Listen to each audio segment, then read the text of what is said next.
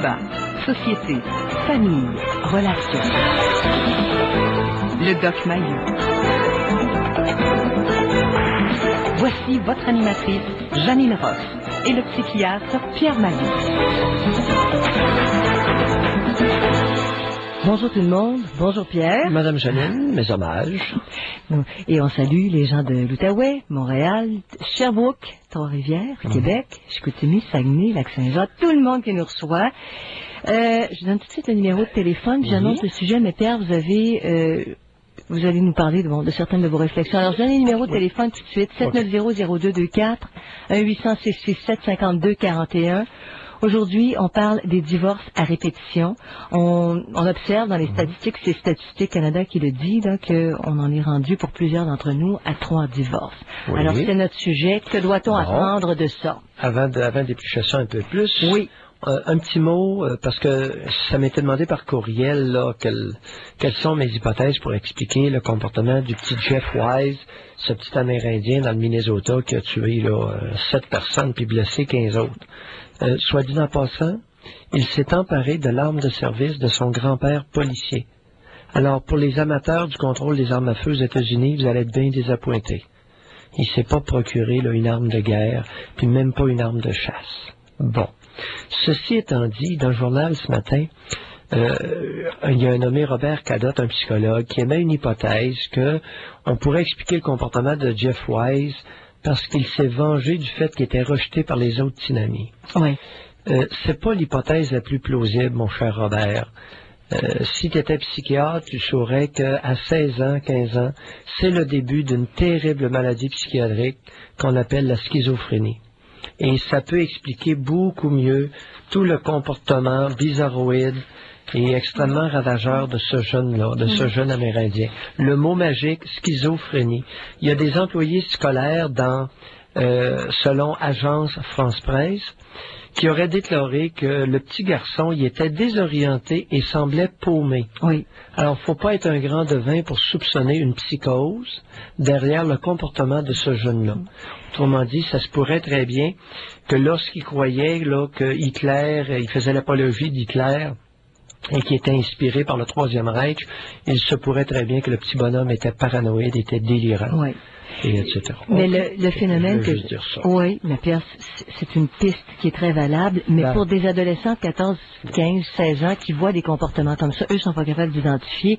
Et quand on dit c'est un rejet, la maladie fera en sorte qu'il soit rejeté. C'est ça comme une conséquence de la maladie. Oui, cher psychologue, les maladies psychiatriques, ça existe. La schizophrénie commence à la fin de l'adolescence. C'est une maladie qui est terriblement ravageuse. Et si elle n'est pas d'ailleurs, le père de ce garçon-là s'est suicidé il y a 4 ans. Le taux de suicide est au-delà de 10% pour ceux qui souffrent de schizophrénie. Oui. C'est pas de la petite bière, là. D'où l'importance d'être conscient de cette maladie-là. Et lorsqu'on a des proches qui deviennent bizarroïdes, désorientés, paumés, on les prend et on les amène dans une urgence ou chez le médecin. OK? Il aurait dû y avoir un suivi. Oui. Comme vous dites, l'histoire du père qui s'était déjà suicidé, ça mettait sur une piste, ça. Janine, oui. Éditorial extraordinaire de Katia Gagnon dans la presse ce matin. Beau travail, beau résumé. Soulève plusieurs points concernant le débat actuellement qui veut, chez certains du moins, l'extermination de l'école privée. Et elle a des suggestions à faire. Concernant les écoles publiques. Et c'est à prendre, elle en a 6 très rapidement. Le premier, limiter le nombre d'élèves qui connaissent des difficultés graves dans chaque classe afin de relever le niveau de la classe. Oui. Elle a tout à fait raison. Faut pas en avoir trop de ça. Au lieu de les concentrer. Non, à l'époque, ne pas en avoir trop dans une classe ordinaire. C'est ça. Parce que ça va abaisser le niveau de tout le monde. C'est le nivellement par le bas. Maintenir les classes de cheminement particulier, où sont rassemblés les élèves les plus en difficulté, pour pas ralentir tout le monde et foquer l'évolution de tout le monde. Troisième point, dans les écoles publiques, elle suggère l'encadrement des élèves. Un petit peu gênant. Quatrièmement, convention collective bétonnée mur à mur pour les profs, pas toujours bon, puis dans plusieurs coins du Québec. Cinquièmement, écoute-moi ça. Introduire dans les écoles publiques des activités sportives et culturelles qui passionnent les élèves. Élémentaire, Watson. 6e point, introduire dans les écoles publiques des activités parascolaires qui jouent un rôle important. Dans la popularité du privé. Oui. Les activités culturelles et sportives, mais en dehors, tu sais, la promotion, les équipes, là, par exemple, à Cap-Rouge, là, ils ont une équipe de hockey, puis ils ont une équipe de football, puis une équipe de basket, puis là, il y a de la compétition entre les écoles, puis à tout instant, tu vois ça, là, dans le journal, le nom des écoles. Hey, le public, pourriez-vous vous enlever les doigts dans le nez, faire quelques cossins comme ça, s'il vous plaît? Ça vient pas de moi, ça vient de Cathy Gagnon. Bon. Alors voilà, si voilà. Pour améliorer notre système... Bravo à Mme Gagnon. Et bien, notre sujet aujourd'hui... Alors? C'est ça, des divorces à répétition. Oui. Statistique Canada publiait ça cette semaine, la semaine passée. Oui. Les personnes vivent des divorces répétés. Oui. Autant les hommes que les femmes, ça augmente. On en est rendu à 2 divorces. Là, autant que les hommes que les divorces. femmes. Oui, parce qu'habituellement, il n'y a pas grand monde qui est marié avec la chienne du voisin ou la truie du voisin. Mais... Les mariages sont toujours entre un homme et une femme. Mais c'est pas nécessairement... Tu vas pas nécessairement te remarier, là, c'est ça. C'est parce que c'est juste... Ouais, mais pour chaque homme qui se divorce, habituellement, il y a une femme qui va se divorcer aussi. Et pour chaque homme qui se remarie, ben...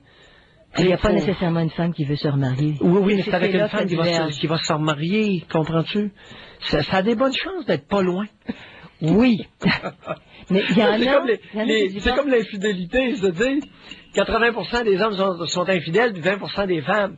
Non, là, arrêtez, là, c'est pas avec la truie du voisin qui a fait ça, c'est avec une femme. Mais c'est qu'il y en a qui... Tu comprends? Dans le temps qu'on donnait ce genre de statistiques-là, c'était un petit peu, fallait pas être tellement brillant pour dire, y avez-vous pensé?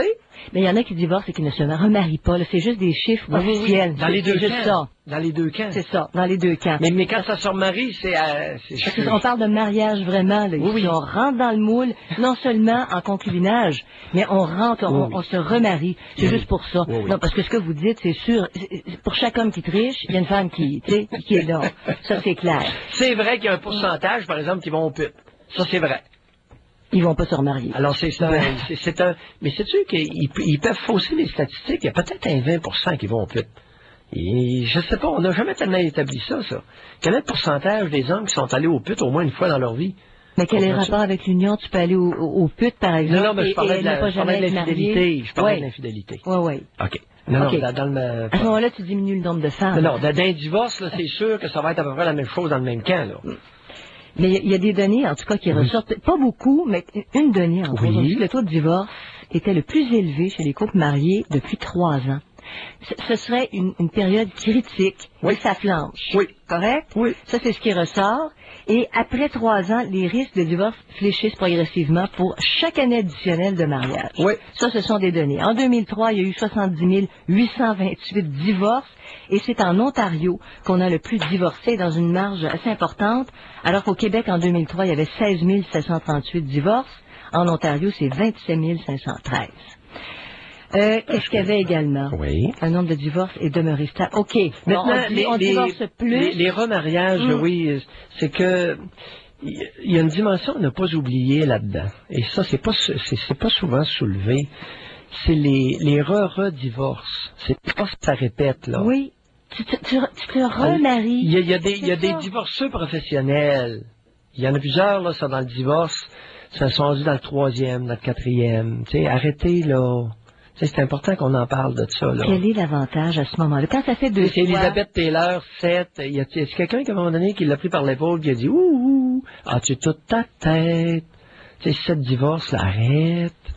Mais, Pierre... Oui. Là, on parle strictement de divorce ici. Oui. Mais il y a toute cette autre proportion de couples qui vont se séparer, qui sont pas mariés, qui sont conjoints de fait, et c'est le même phénomène qui se produit.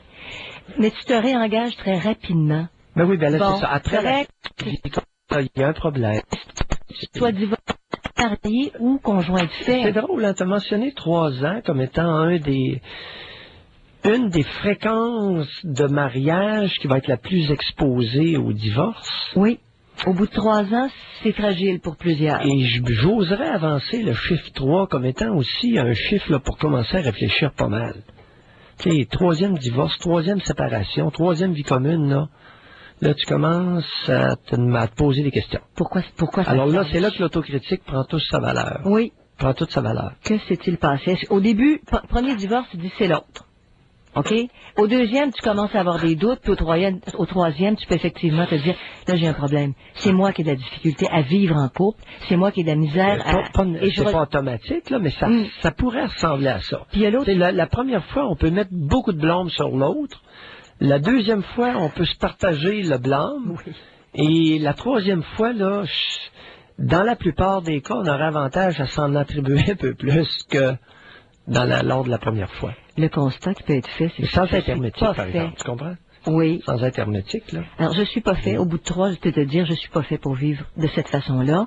Puis il y a une autre histoire, Pierre, la fameuse hypothèse où tu retombes toujours dans le même modèle de conjoint ou conjointe. Ouais. Tant que tu n'as pas compris, tu es attiré, c'est comme un aimant, même si les corps sont très différents. C'est là que tu vois l'inconscient. Hein? Et fait que tu amènes un bon point.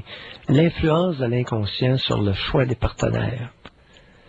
C'est très fort. Et effectivement, il y a un pourcentage d'adultes complètement livrés à leur inconscient lorsque vient le temps de s'encoquiner.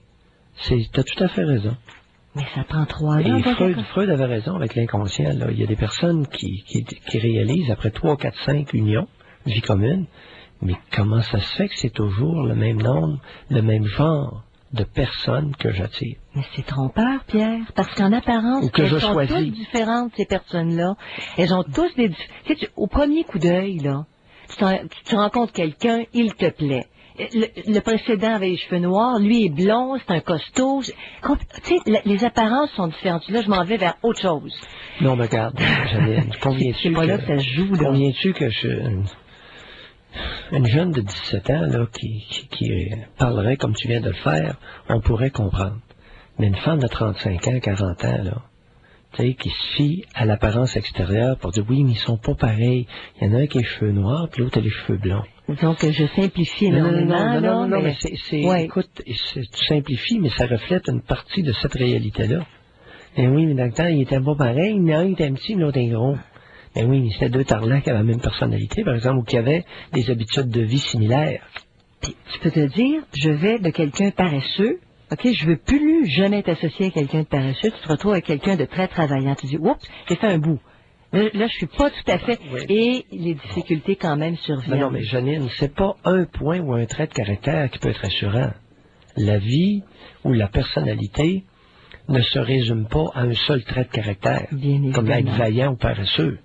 Mais si tu analyses, tu dis, bon, j'ai analysé ce que j'ai vécu, par exemple, dans une réunion... Je vais te mentionner, il y a des individus, à un moment donné, j'avais connu 2 personnes qui faisaient vie commune. Et l'homme paraissait paresseux. Il était là, il bougeait pas vite, il parlait pas vite, puis il faisait tout lentement. Oui. Et cet individu-là, malgré ses apparences, a réussi à se faire vivre toute sa vie. Oui. A réussi à maintenir son emploi, a réussi à maintenir le même emploi, qui était un emploi en informatique. Et il était assez créatif, malgré des dehors là, de grande lenteur. Beaucoup l'auraient qualifié de paresseux. Okay. Il allait pas vite, mais il allait. Un nonchalant, mais persévérant. Il faut faire attention quand on évalue les personnes sur des choses comme ça. Non. Et à première vue, il paraissait pas bien. Mais il faisait son petit bout de chemin tranquillement. Il allait moins vite qu'un autre, c'est vrai. Puis il était pas vif. Alors, tout ça pour te dire que de juger quelqu'un sur un trait de caractère... C'est nettement insuffisant, c'est clair. Retrouver. Alors, Pierre, on va être obligé d'aller aux informations. Okay. 790-0224, 1-800-667-5241. Les divorces à répétition, qu'est-ce que ça nous apprend sur nous?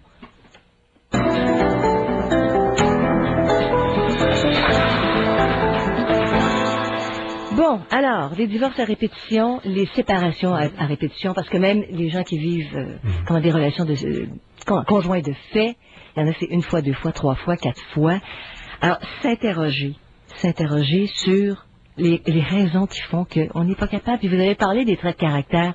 Si on se donne le temps, on se donne une chance. Si tu sors avec quelqu'un avant d'aller vivre sous le même couvert, là, sous le même toit, 3 ans, 4 ans, tu as le temps de voir la personne dans différentes situations et de voir différents aspects de sa personnalité ressortir. Tu sais, quand t'es pas psychologue ni psychiatre, tu peux voir, hein? Et après, le quotidien, c'est une autre paire de manches. J'aimerais ça qu'on fasse des études, parce que dans le temps qu'il y avait des longues fréquentations, avant le mariage, oui, il fut une époque, jadis naguère, où on pouvait se fréquenter pendant des années. Oui.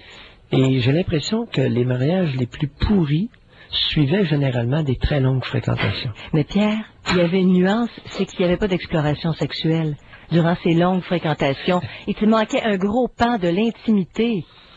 Aujourd'hui, c'est pas le cas. Il se cachait, il y avait beaucoup de vices cachés qui savaient s'abriter derrière de longues fréquentations. Oui. Puis c'est vrai que c'était un piège, un méchant piège. Oh. Mais aujourd'hui, on a cette dimension-là.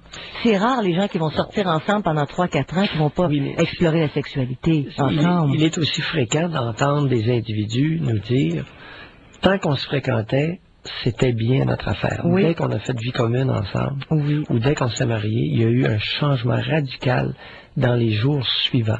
Et c'est particulièrement vrai pour beaucoup de femmes. Alors sur quoi tu Des te changements bases? radicaux de comportement. Oui. Et il y a les hommes jaloux aussi. Il y a des hommes qui ont pu se retenir pendant des années, des mois, quelques années, des jaloux morbides. Et l'heure et la minute qui réussissent à mettre la main sur quelqu'un, en l'espace de quelques semaines, le comportement est complètement transformé. Alors tout ça existe. Alors la relation, elle dure 3 ans, puis au bout de 3 ans, c'est insupportable et ça saute. Ouais. C'est ça. Donc il y a eu une cachette, là. Même si tu es sorti avec la personne pendant 4 ans, tu penses avoir un bon portrait, ça a l'air d'aller bien, tu t'engages. Et dans bien des cas, il y a eu vie commune, et c'est souvent lors des séparations qu'on découvre les vraies natures des individus. Régulièrement, je constate à évaluer du monde, que c'est lors des séparations qu'on voit vraiment des traits de caractère qui avaient été très bien camouflés jusque-là. Ouf. Alors, on va à notre premier appel. Denis, bonjour. Bonjour, Bonjour, Bonjour, Denis. Denis. ça va bien? On vous écoute. Oui, le dernier voulait frapper sur le clou, la séparation, les traits de caractère. Moi, je veux juste vous expliquer mon cas. J'ai été marié avec une demoiselle, je vous appelle de Vancouver. Je vous écoute chaque jour. Oui. Oh, Par ouais. Internet, Denis. Oui, Vous appelez de Vancouver? Oui. Ah oui, je suis au bureau, je suis à mon travail. Il fait chaud là-bas, Denis. Ah oui, ça va. Oui. Allez, ne tournez pas le fer dans la plaie. On vous écoute. J'ai été marié avec une femme de Montréal. Oui, Je suis originaire du Nouveau-Brunswick. oui. J'ai été... je m'ai considéré son bouffon numéro 2. Oui. Il a eu un enfant de 14... Quand j'ai rencontré la femme, Oui. avait un enfant de 14 mois, elle était avec un autre monsieur Oui. dans le temps. Puis on travaillait dans le même bureau. J'avais Oui. 30 ans. J'étais célibataire. Puis un petit clin d'œil, ça a fait monter les hormones. Mhm. Puis... Ah, pas grand-chose hein, pour un homme qui est privé de je me sexe. concentrais sur mon carrière. Puis, Oui. mais... Vous étiez pas concentré, vous étiez trop concentré sur votre carrière. C'est pour ça que vous étiez vulnérable. C'est intéressant, ça, on y reviendra. À 30 ans, célibataire, vous faites un petit clin d'œil, monsieur, puis là, poum, Ouais. ça lève. Ça lève, puis sauve-moi, mon chum, il me bat, il fait tout ça, puis Oui. le grand tarlat que je suis, j'ai été. Alors, elle fait directement appel à 2 instincts en partant, l'instinct sexuel et l'instinct de protection du mâle. Ouais, Elle est très habile, effectivement. ouais, elle savait exactement qu'est-ce qu'elle Oh oui, ça va ce que c'est pas Ah, tout. Il y en a quelques-uns qui sont dégourdis là-dedans. Là. Ah oui, hey, elle est rendue avec son bouffon numéro 5, là. Oui. Puis j'ai 2 enfants mêlés dans cette affaire-là. Oh, Vous avez eu 2 enfants avec? Non, quand je l'ai rencontré, elle avait un enfant Oui, avec un le bébé. premier bouffon de 14 mois. Oui. Maintenant, cet enfant-là a 15 ans. Oui. J'ai eu un enfant, j'ai marié sa femme-là. On Oui. est restés ensemble pour 7 ans. Un vrai mariage, là, la robe blanche, petite le kit. Ah, oui. Ça vous a coûté combien le mariage avec elle? Pas trop cher parce que je voyais les joncs, j'ai pas payé plus que 1000 pièces pour les 2 joncs. OK, pas pire. Le cœur était pas dans ça. Moi, j'étais plus en amour avec son enfant pour l'enlever de cet entourage-là. Oh, bon, elle a fait appel à votre grand instinct de protection masculin. Elle m'a laissé pendant nos vacances d'été avec pour un autre bouffon. Oui. À flirter avec un autre homme au camping, puis je pense que c'était tout organisé d'avance, ces affaires-là. Oui. Et combien de temps après le mariage, là, que c'est mis à flirter? À peu près? Je sais pas. À peu près 1 an, 6 mois, 10 ans? Non, on est resté ensemble pour 7 ans. Moi, je dirais les 2 dernières années, là. Ah, OK. Après 5 ans. Oh, bon là. Ouais. Après 5 ans, Le écoute. 7-year itch, comme qu'ils appellent. Là. Oui, après 5 ans, là, elle flirte un petit peu, puis... Elle est partie avec le bouffon numéro 3. OK, elle est partie Elle avec... été voir le bouffon, elle a dit sauve-moi, sauve-moi. J'ai dit, Caroline de Bin, je Sauver suis de pas quoi? drogué, je suis pas un alcoolique, je travaille comme un fou. C'est quoi ton problème d'une maison? Tu travailles pas, de 2 chars, Oui. aussi d'autres tu veux. Mais c'était pas vous ça. Qu'est-ce qu'elle vous reprochait? En cause qu'elle disait que je donnais plus d'affection envers les enfants que je le donnais à elle. Ah. Ben oui, vous la négligez. Ben oui. Ben oui.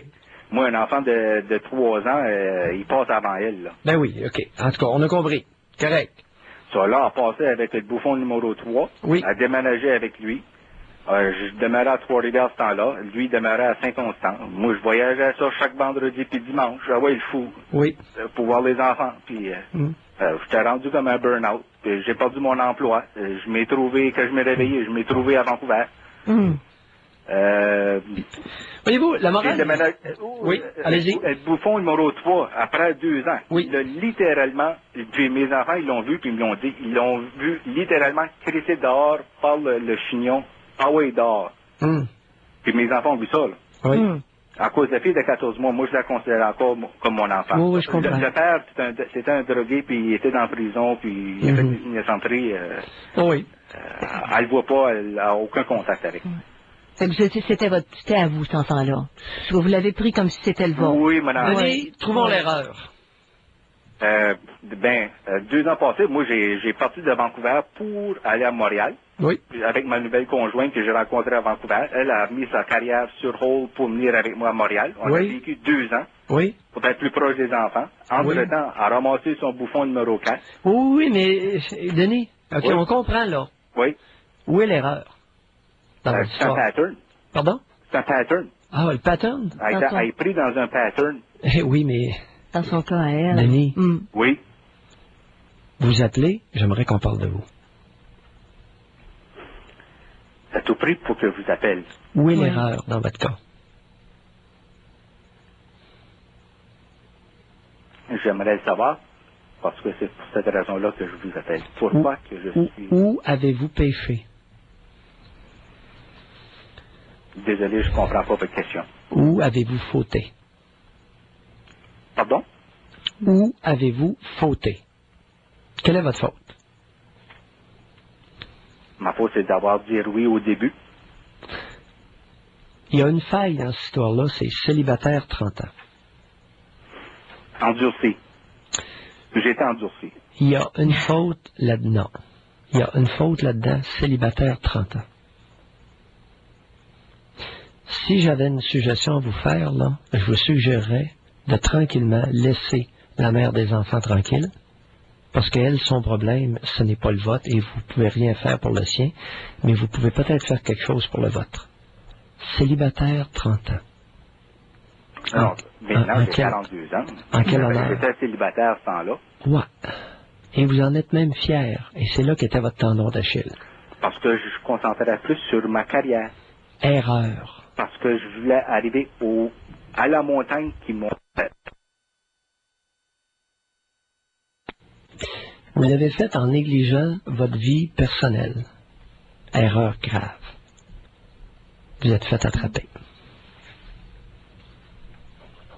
Alors, je vous suggérerais de vous demander comment se fait-il qu'à 30 ans, vous étiez célibataire? Comment se fait-il qu'à 30 ans, vous étiez vulnérable comme un adolescent de 14 ans? C'était par choix, par exemple. Non. Non. À 30 ans, célibataire? Ah oui, c'était par Non, choix. non, non, non. Terminé ce point-là. Comprenez-vous le sens de mon intervention? Mais aviez-vous sorti avec d'autres femmes avant? Certainement. Denis, oui. Bon, il y avait quand même eu des relations Ah oui, oui, oui. sexuelles, C'est un beau bonhomme, moi, là. Bon. Alors, il n'avait pas vécu sous le même toit avec quelqu'un, Pierre, mais il y avait des relations avec des 30 ans, femmes. 30 ans, célibataire endurci. J'ai parti de la maison à l'âge de 18 ans, puis j'ai vécu tout seul. J'ai jamais resté avec quelqu'un ensemble avant que j'ai rencontré cette femme-là à 30 ans. Pourquoi? Par choix. Non.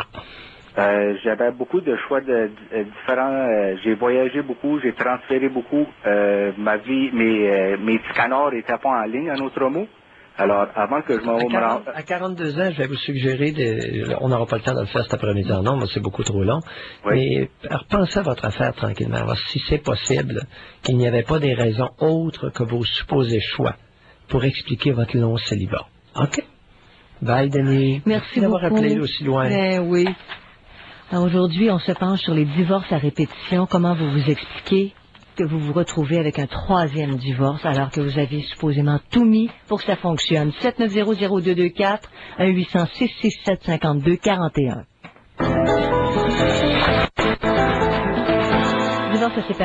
Divorce et séparation à répétition. Avez-vous l'impression de toujours retomber dans le même piège, dans les mêmes problèmes? On en parle avec Luc. Bonjour, Luc. Bonjour. Oui, bonjour, Luc. Bon. En fait, moi, je pense pas que je vais retomber dans le même piège parce que j'ai fait une démarche, mais j'ai répété 2 fois la même erreur. Ça a duré 15-20 ans, mes 2 relations avec 2 femmes différentes. La dernière avait un enfant et c'est ça. La dernière, là, ça a fait tellement mal que j'ai fait une démarche pour essayer de comprendre. Donc, j'ai compris beaucoup de choses, mais maintenant, les femmes ne voient plus comme avant.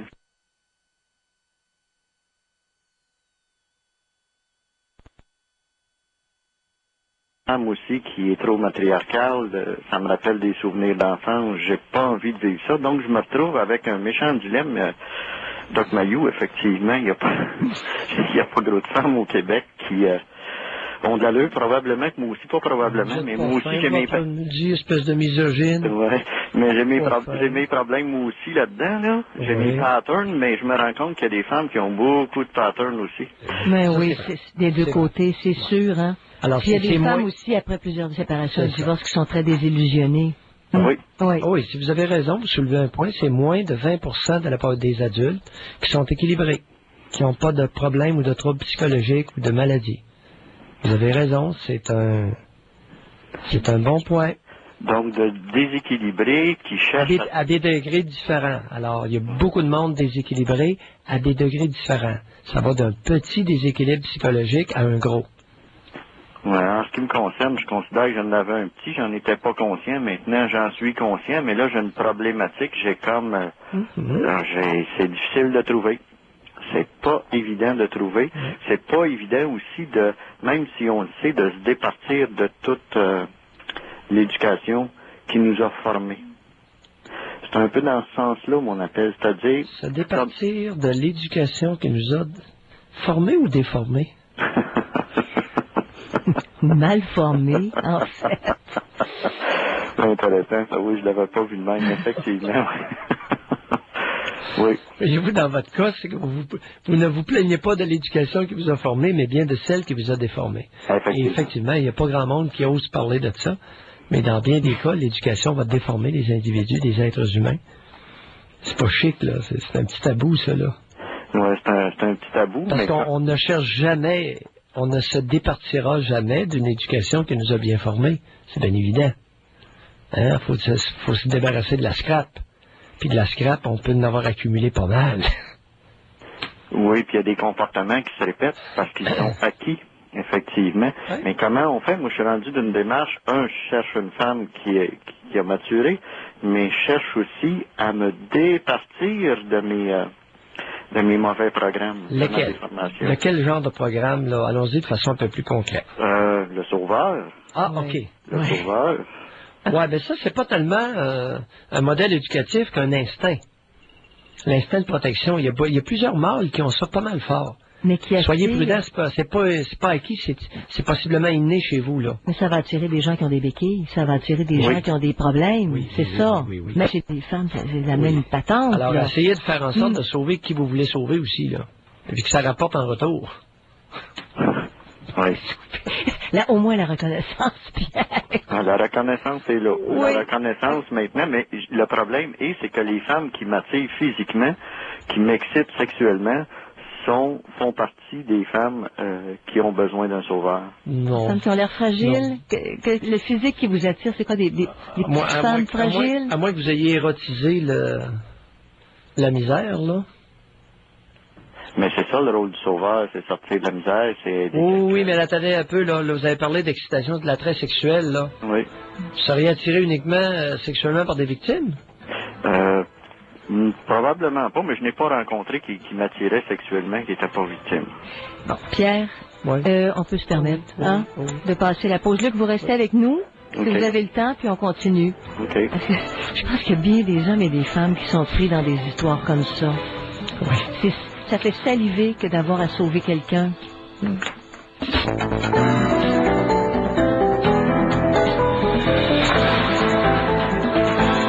Alors, on poursuit avec Luc. Aujourd'hui, on parle de séparation à répétition, des divorces à répétition. Luc, vous nous aviez dit que les femmes qui avaient besoin d'être sauvées, ça vous attire. Oui, puis durant les annonces, j'ai fait une introspection, puis il m'est venu des mots-clés. Le sauveur, c'est un peu relié à la religion, mais il y a une culpabilité. Puis là, je me dis, c'est peut-être ça qui m'amène dans un état de tristesse relié à l'échec du sauveur. Et aussi, en même temps, ce qui m'est venu dans ma réflexion, manque de confiance en moi. C'est ce qui me fait identifier la femme victime, parce que j'ai probablement passé confiance en moi. C'est ça qui m'est venu. Je sais pas si je suis Allez-y, continuez. dans la bonne voie en parlant comme ça. Mais Oui, continuez. Culpabilité, manque de confiance en vous. Oui. Continuez sur la même voie, dans la même foulée. OK. Donc, c'est probablement ça qui fait que ces femmes-là m'attirent, parce qu'elles se sentent... elles sont vulnérables. Donc, je prends quelqu'un qui, en fait, à mon niveau, qui manque de confiance en lui aussi. Ah, c'est le reflet du miroir. Ça me projette donc face à moi-même, face à mes faiblesses. OK. C'est bon que je vous aille appelé. Je fais des prises de conscience, là. Maintenant, l'excitation sexuelle là-dedans. Ah, l'excitation sexuelle, là, ça c'est intéressant, ça, l'excitation sexuelle, oui, parce que là, ça remonte à ma tante, une de mes tantes qui vivait chez nous, qui, quand on était tout petit, moi j'appelle ça de l'inceste psychologique, qui nous montrait ses seins puis ses faufounes. Les parents étant là, ils disaient rien. Donc ça a une grosse influence pour moi. Donc l'érotisme, le voyeurisme. De quelle façon il vous montrait ses seins? Comment ça procédait? Par exemple, en faisant l'arbre de Noël, elle n'avait pas de brassière, donc elle installait les boules et nous regardions les siennes en dessous, là, les petits gars. Elle le savait. Elle le savait. Ah bah oui, c'était conscient, parce que à la vaisselle, c'était la même chose. Quand c'était à l'heure de la vaisselle, elle n'avait pas de petite culotte, puis il y avait un cheval un cheval pour se promener. On le réparait souvent, un cheval, puis toujours au Olivier à l'heure de la vaisselle. Donc, oui, la femme aussi qui a l'apparence, donc femme fatale. Vous savez, Luc, est-ce que ça aurait pas été mieux que vous voyiez des seins et des derrières de télévision plutôt que celle de votre tante? Probablement, oui. Est-ce qu'il est possible qu'il y ait certaines images érotiques à la télévision qui soient utiles parce que sorties du décor familial? Fort possible, oui. Alors oui. là, à toutes les celles qui sont contre là, les seins et les fesses à la télévision, là, pourriez peut-être écouter Luc ce qu'il vient de dire. Là. Alors, c'est mieux que les petits garçons érotisent là, les patentes à la TV que sur le dos de ma tante. Parce que vous la voyez comme elle, c'était comme la femme fatale. C'est ça que vous avez dit? Oh, ben, c'était un lien familial, donc il y avait quelque chose de sacrilège. Oui, continuez. De sacrilège, de cacher quelque chose d'interdit, mais qu'en même temps, on avait le droit de faire, ce qui amène un comportement désordonné. C'est-à-dire que moi, les femmes, il faut qu'ils soient une apparence fatale, puis en même temps, ça créait des conflits, parce que ma femme, je veux pas la partager, donc ça amenait des conflits d'un couple. Oui. Ah oui, vous êtes foqué sur le plan sexuel. Oui. Parce que vous avez érotisé une tante alors que c'est un interdit. Oui, puis en même temps, les parents ne disaient rien. Quand il y en a ceux qui disent, là, les tenants qui sont contre les images explicites puis le sexe à la TV, là, il y a du bon à la sexualité à la télévision. Ça empêche bien les petits gars d'érotiser, tu sais, ma tante puis la voisine, tu sais. Pas la voisine, mais les personnes, là. Donc, en tout cas, Luc, vous avez des grosses pistes, là, des bonnes pistes. Allez, bye, Luc. Merci beaucoup de votre appel. Moi, je retiens une chose, Pierre, l'échec du sauveur. Est-ce qu'il n'y a pas beaucoup de divorces et de séparations? Ça, je trouve que c'est une idée sûrement exploitée dans le sujet d'aujourd'hui. Séparation, divorce. Quand tu te rends compte au bout de quelques années que tu peux pas sauver l'autre personne, échec du sauveur ou de... Même pour une femme. C'est peut-être pour ça qu'il y a la plus grande dimension. T'es plus intéressé. Le défi, il sera jamais réalisable. Chez les hommes, c'est qu'il peut pas... J'ai l'impression qu'il est...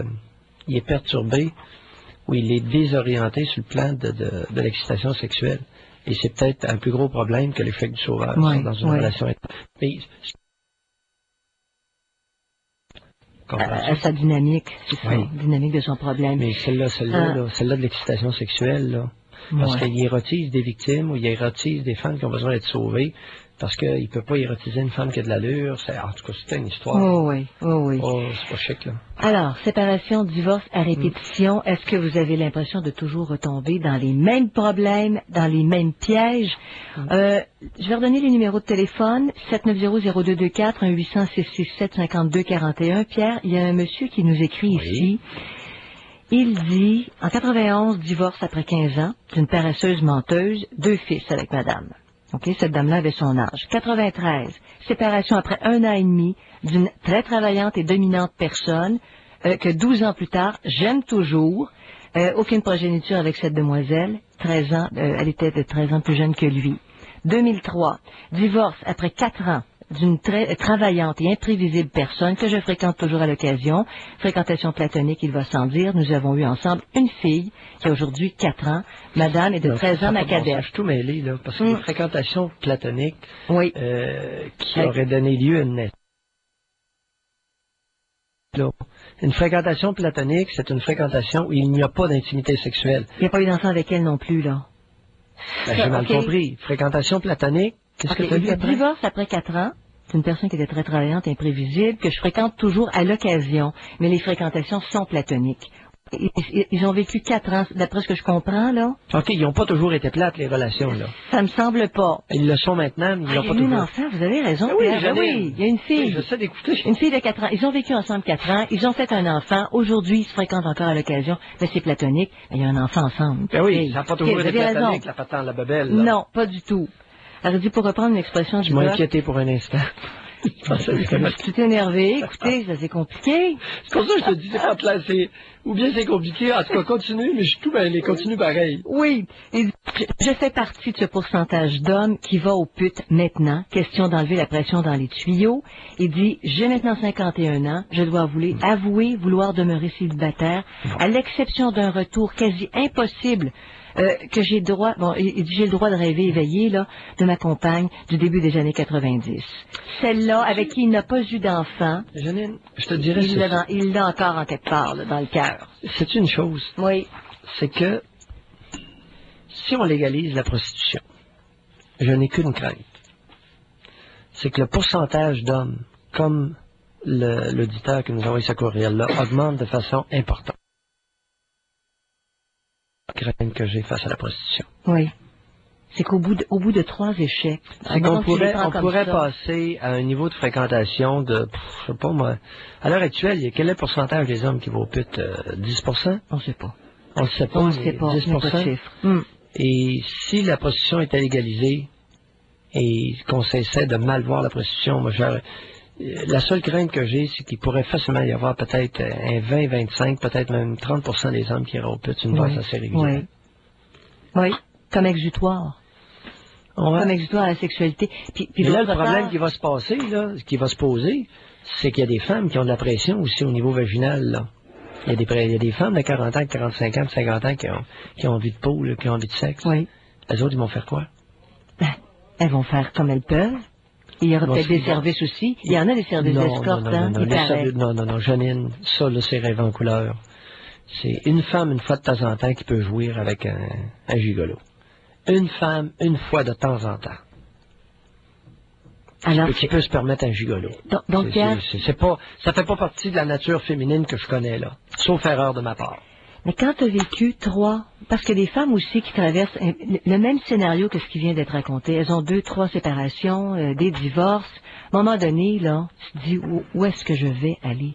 Il y a un problème, j'ai un problème, mais tu as besoin d'affection, puis il y a besoin de sexualité. Tu fais quoi?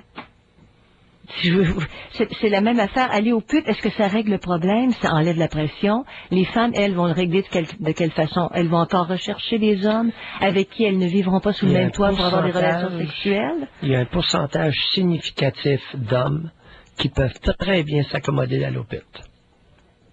Oui. Et on aurait avantage à étudier ce phénomène-là parce qu'on risque de l'avoir en pleine face d'ici pas trop de temps. Et qui ne peuvent pas aller et qui peuvent pas aller à plus que ça, Pierre. Est-ce que c'est ça que vous sous-entendez? Incapables de vivre une forme d'intimité? Ils vont être satisfaits Oui. Ils vont travailler, ils vont aller au pute quand ils vont en avoir envie, puis ça va s'arrêter là, l'intimité. Et ça, là, c'est une tendance à l'heure actuelle. Bon. Peut-être que je suis dans le champ, Janine, mais je vois ça comme une tendance qui a une courbe croissante et pas à peu près. Bon, mais je poserai une question, Pierre. Un homme qui va au pute pendant des années, OK? Est-ce qu'il vient pas saturer de ça parce que il y a pas nécessairement tout ce qu'il recherche dans ce type de relation-là? Janine, je soulève une question. J'ai affirmé le contraire. J'ai affirmé tout à l'heure qu'il y a de plus en plus d'hommes qui vont au pute et qui s'en trouvent très bien. Longtemps? Oui, je comprends. Je peut-être 10 ans, mais au bout de 10 ans, peux-tu te réveiller? Puis... Il y a de plus en plus d'hommes qui s'accommodent très bien de ce type de relation-là. Si un homme n'est pas capable de vivre l'intimité, Pierre, c'est plus souffrant qu'autre chose. Je comprends très bien. Je ferme pas la porte à ce que vous dites du tout. Mais je me dis, quelqu'un qui s'est essayé, qui essaie à faire en sorte que l'intimité devienne épanouissante. Sinon, on va se ramasser avec des sacrements de problèmes, puis ça sera pas dans 40 ans, j'aime autant te le dire. L'intimité, comment vous avez dit, Pierre? Satisfaisante? Ouais. Oui. Parce que ça part de là. Ouais. Et là, on aurait avantage à se demander comment se fait-il qu'il y aurait de plus en plus d'hommes qui sont pas satisfaits de l'intimité.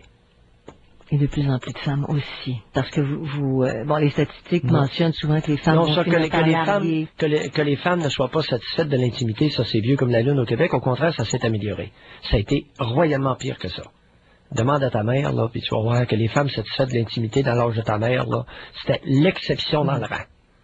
Il n'y avait pas de contraception, il n'y avait pas de liberté d'expression. Alors, du côté des femmes. Alors là, du côté des femmes, tu as une amélioration du niveau de satisfaction. J'ai l'impression que d'autre bord, ça tombe sans chute libre. Mais ça dure pas quelque chose qui marche pas, là. Mais ça dure pas plus longtemps, par exemple. Les femmes larguent pareil. C'est-à-dire, est-ce qu'on n'accepte plus d'aller en bas d'un certain seuil? On attend d'une relation affectueuse, amoureuse, un certain niveau d'intensité, puis si on l'a pas, c'est tout. On vire capot. Et on ne peut pas, à mon avis, s'aventurer sur le genre de réflexion qu'on est en train de faire ensemble sans se questionner sur la place et le respect du masculin dans notre société québécoise. Bon, alors, séparation, divorce à répétition, c'est le thème aujourd'hui. Qu'est-ce que ça nous enseigne? Est-ce qu'on a l'impression de toujours retomber dans les mêmes pièges amoureux? 790-0224-1800-667-52-41. Saviez-vous qu'il est possible de...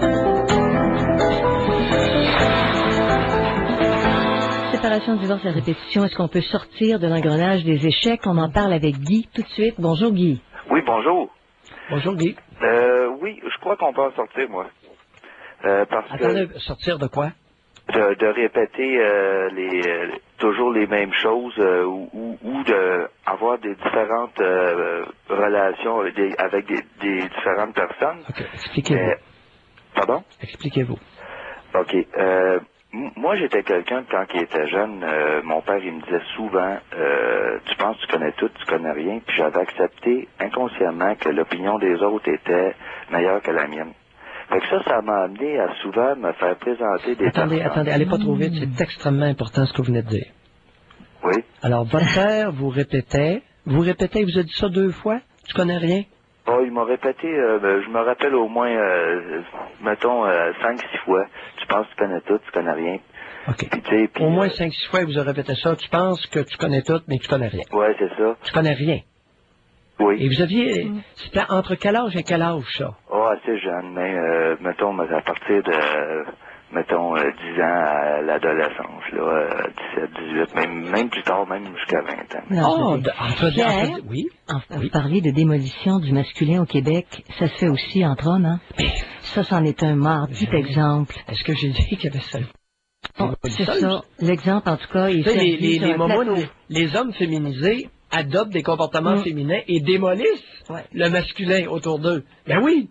Une espèce de compétition entre le père et le fils, on en a souvent entendu parler de ça, ouf! Oui. Allez-y. Alors, mon père avait entendu la même chose de sa mère. Oui. Bon, ça venait de la mère. OK. Non, mais ça aurait pu venir de son père. Non, j'ai connu mon grand-père, c'était plutôt low profile. Oui, mais ça aurait pu venir dans d'autres familles, ça peut venir, ça peut être de... Oui, Alors, votre père vous répète, familiale, là, au moins 6 fois, le genre se lève, piston, tu penses que tu connais tout, mais tu connais rien. Il aurait pu vous dire, il a manqué de maudite belle chance, l'innocent, de vous dire, tu penses que tu connais tout, mais t'en as encore à apprendre. Si t'étais beaucoup mieux. Oui. Hein? Ça a été plus constructif. Oui. Ah! Parce que c'est important de dire aux tarlacs qui nous écoutent, là, qu'est-ce qu'ils peuvent dire, tu sais, au lieu de dire des enneries. Est-ce que ça veut dire prends ton trou, mon petit bonhomme? Alors, tu convaincu, vous avez accepté ça, ça venait de votre père. Oui, c'est ça. OK, continuez. Puis ça l'a fait avec mes relations que souvent je me faisais présenter des gens ou que j'osais pas parler, j'osais pas dire mon opinion, puis je me laissais choisir par les filles plutôt que de les choisir. Je n'étais pas capable de choisir par moi-même, moi, là. Ouais, je me laissais choisir, j'ai très bien compris. C'est ça. Puis un coup dans la relation, là, et ça ne faisait pas mon affaire, là, ben je me laissais convaincre aussi par la fille ou par mon entourage que c'est moi qui n'étais pas correct. Ben oui.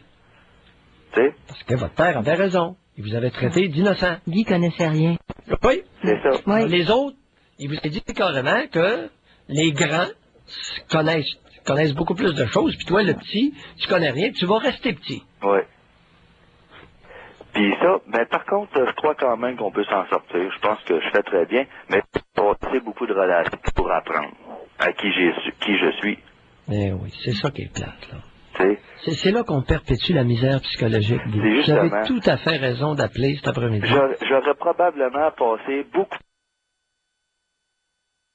appris jeune à savoir qui je suis, à avoir appris à m'apprécier moi-même et à me dire, hey, j'ai fait un bon coup, je suis capable de faire ça, je suis capable de décider des bons choix pour moi. Oui, et il y a des choses où vous êtes capable, il y a des choses où vous n'êtes pas capable. C'est aussi important, ça, là. Oui, oui, oui. Tu sais, vous pas donner l'impression à tout le monde que sky is the limit. Wow, les nerfs, on se calme, là. Je trouve que ça accorde bien dans justement ce qu'on a parlé, que vous avez parlé en début de semaine sur l'autocritique. Je trouve que ça accorde bien là-dedans. Eh oui, c'est la suite logique. Ben oui, ben oui. Mais comment tu peux faire une autocritique en tant que petit gars quand on dit que tu connais rien? C'est-à-dire que tu n'as même pas les connaissances qu'il faut pour te connaître. C'est le plus beau baillon Oui. sur l'autocritique. Ouais, j'avoue que je trouve ça effrayant. Il y a deux baillons. Tu connais rien, Dieu connaît tout. Oui. Il y en a deux baillons. Mais ça Dieu, revient sur le même. Allah c'est tout. Dieu c'est tout. Donc tu ne connais rien. Non, pas nécessairement. Il y a deux commentaires. Il y a deux façons de délégitimer les propos de quelqu'un. OK? Ou bien il y a un être supérieur qui sait tout, puis tu vas suivre, tu vas obéir à ce qu'il dit. Ou bien tu lui dis carrément en pleine face, tu connais rien, t'es un innocent. Mais les deux ont le même résultat, là. Oui. C'est comprenons bien que quand tu dis que Dieu sait tout, Allah sait tout, c'est dire implicitement à personne, ferme ta gueule et obéis. C'est ça. Ben, j'ai connu quelqu'un, moi, M. Maillot, à un moment donné, que lui, il a été élevé comme ça, tu sais, il a été adulé, c'était le premier de la famille, c'était le gars, puis tu sais, il a été bien adulé de ça, puis lui, là, toute sa vie était planifiée, on s'en va par là, puis tout le kit, puis à un moment donné, il est arrivé un événement dans sa vie, là, puis il s'est effondré bien raide. Il avait pas prévu c'est l'autre extrême. Il avait pas prévu ça, lui-là. Là. C'est bon que vous ameniez le point. Les deux extrêmes, Janine, t'es témoin. Oui. Régulièrement, je dis, je répète, les extrêmes mènent exactement au même résultat. Oui. Oui. Fondrement. Oui. Alors, d'aduler de façon non légitime, c'est pas plus intelligent que quand un enfant, tu connais rien. Puis Dieu peut-être ça, puis il fourrait ça dans la tête. Ça a exactement le même résultat. L'effondrement. Mais par contre, comme je disais au début, on peut s'en sortir. C'est en s'entourant de gens équilibrés. Oh non! De hommes adultes, tu sais, qui discernement. Et d'hommes qui ont de l'allure. Puis des gens qui disent ce qu'ils pensent, puis il y a un enfant aussi qui est chacun un effet d'entraînement. C'est très vrai ce que vous dites. Oui. C'est extrêmement important pour les jeunes hommes de rechercher la présence d'hommes plus vieux qui ont de l'allure. Ça a un effet d'entraînement, ça a un effet de valorisation, ça a un effet de raffermissement du masculin. Vous avez tout à fait raison. Puis vous aussi, M. Maillot, vous avez eu raison quand vous avez dit cette semaine que prendre un 4-5 minutes, là, dans une journée à savoir, bon, comment est-ce qu'on a réagi, comment est-ce qu'on s'est trouvé là-dedans, tout ça. Je trouve que c'est bon parce qu'à un moment donné, tu deviens que tu es capable de t'auto-évaluer, puis capable de dire, hey, j'ai fait un bon coup, je suis capable de faire ci, je suis capable de faire ça. Oui. Là, tu commences à faire des choix pour toi. Revoir. Mais c'est sûr qu'il y en a une gang autour de toi qui comprennent pas ce qui t'arrive, par exemple, quand tu commences à être toi-même. Oui. Tu sais? Mais il y a du bon là-dedans aussi parce que, puis il faut pas, à ce temps, j'ai plus peur de dire ce que je pense, tu sais. Arrête de dire! Parce que il y a des gens qui m'ont dit ce qu'ils pensaient, tu sais, il y a des bonnes personnes, puis ils m'ont fait penser. Fait qu'on dit ce qu'on pense, là, automatiquement, on s'arrange pour que les autres se mettent à penser. Oui, ça a un effet d'entraînement. Vous avez tout à fait raison de le souligner. Oui. À partir du moment, dans un groupe où quelqu'un commence à réfléchir, ça crée un effet locomotive. Oui. Ça crée un effet d'entraînement. Puis c'est comme ça qu'on s'en sort, je pense. Oui. Et Guy, moi je retiens, je sais pas si... Vous êtes une belle récompense, l'après-midi. Toutes les relations que vous avez eues, elles vous ont servi, vous prenez ça plus positivement, ça vous a permis de vous révéler. Oui, absolument. Absolument. Voir mes forces, mes faiblesses, puis me situer là-dedans, puis être capable de dire, bon, ben, les prochaines relations, être honnête envers moi-même, puis envers l'autre, puis dire à l'autre, hey, moi, je suis comme ça, t'es-tu capable de dealer avec ça? Si la fille, elle me dit oui, puis après ça, je vois qu'elle est pas capable, ben, si elle est pas capable, qu'elle est pas bien là-dedans, là, je perds pas mon temps là-dedans. Puis j'y fais pas perdre son temps. Parfait, Guy, merci beaucoup. Ben, bienvenue. Salut. Bonjour. Bye, Guy. Séparation, divorce à répétition, sortir de l'engrenage des échecs. Faire les appels, tu sais, il y en a qui disent, bon, je fais le point, puis j'ai fait le point, puis là, j'ai compris, peut-être que je peux essayer de m'ouvrir encore à... Alors, on va au propos du Huguette. Bonjour. Bonjour, Huguette. Bonjour. Je voudrais vous remercier, Dr. Mayou, de nous donner une voix, de parler, parce que moi, pendant des années, j'ai essayé je pense que j'avais compris les choses, puis j'ai essayé de m'exprimer, puis personne ne voulait m'entendre.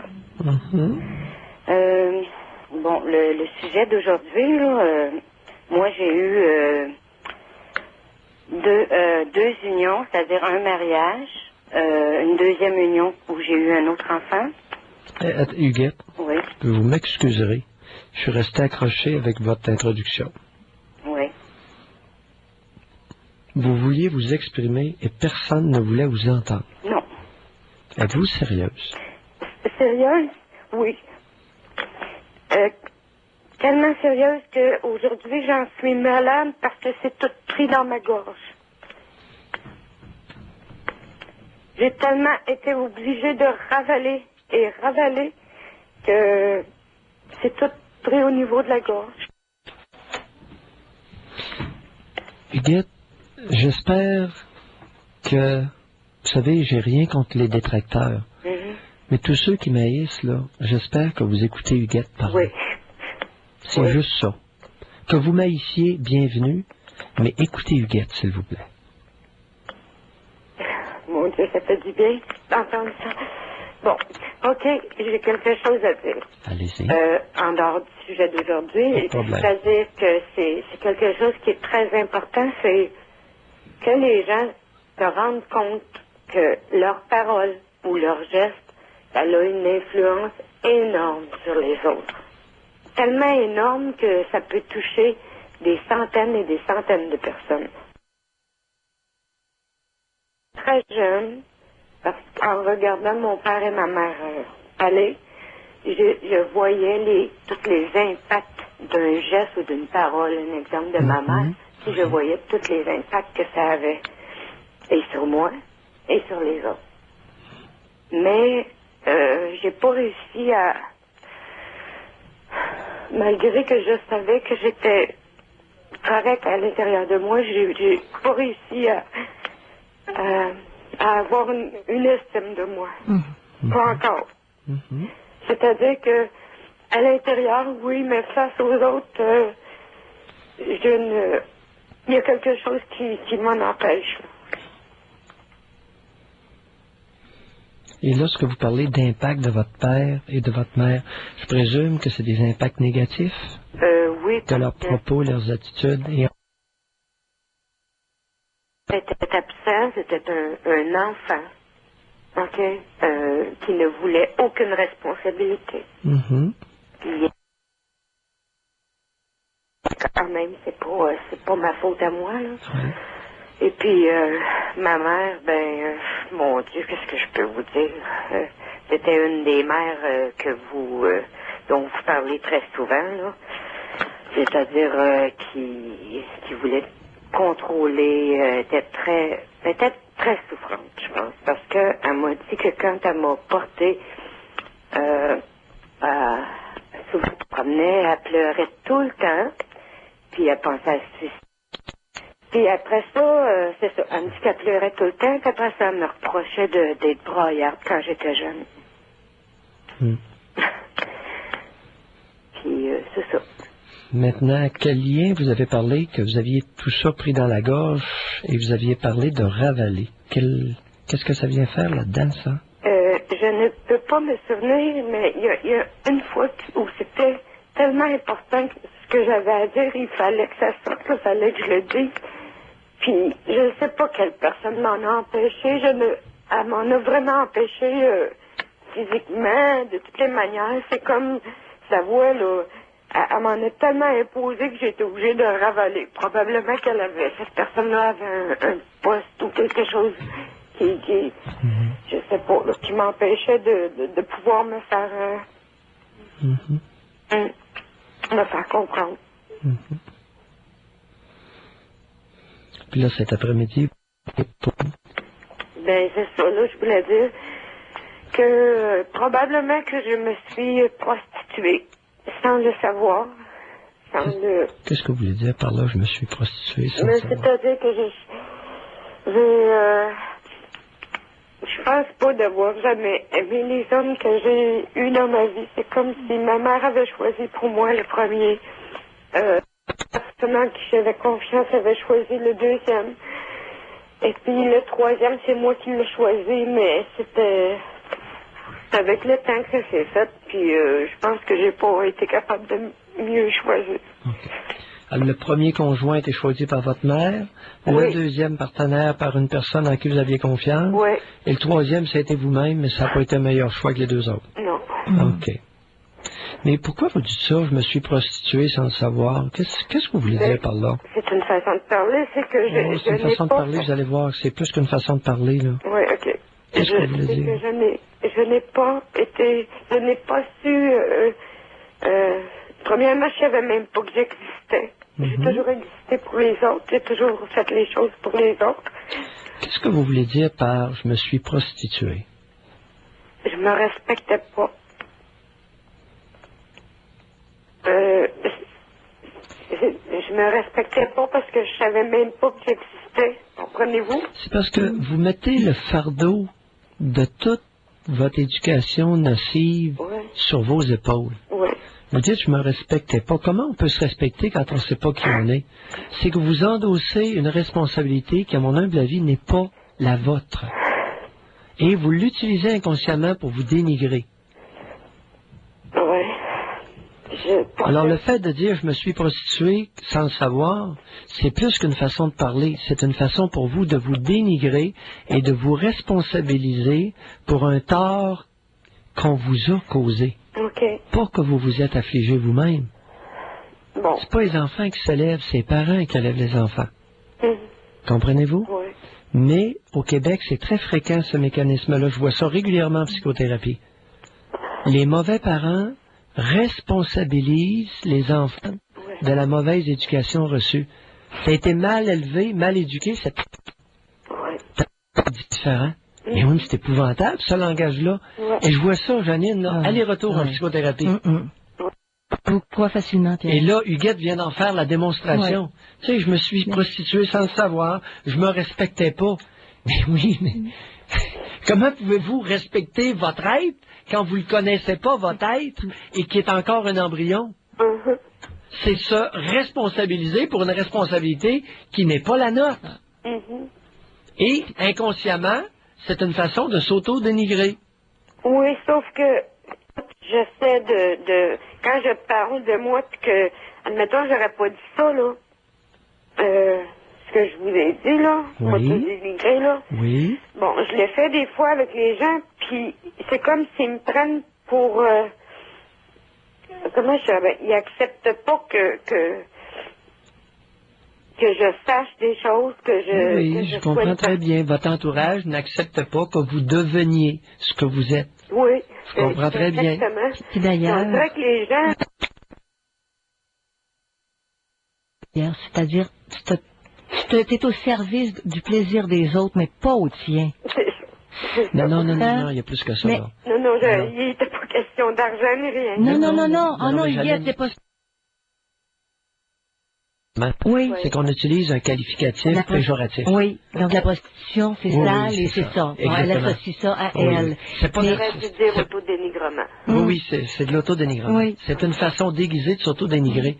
Mais Et elle- c'est pas rare, ça. OK, parce que moi, j'aurais pensé les autres, mais elle n'était rien. Non. C'est ça. Il y a cette dimension-là aussi, mais c'est pas celle-là qui est la plus importante, là. C'était ça, la prostitution. Oui. Alors, c'est ce qu'elle voit qui colle à elle. Oui. Ouais. OK.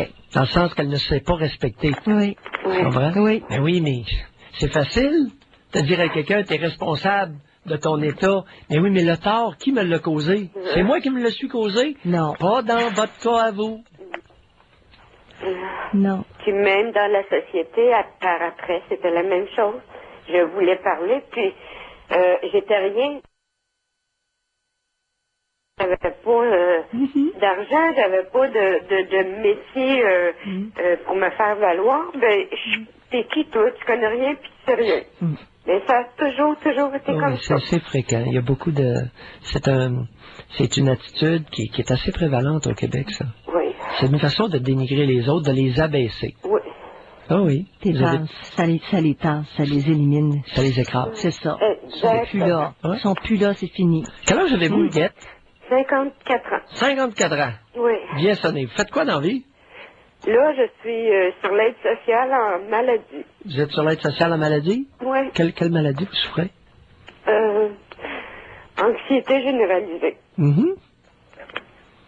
Puis il n'y a personne qui a réussi à vous aider, je comprends. Non. Mhm. Non. Pourtant, j'ai cherché, là, mais...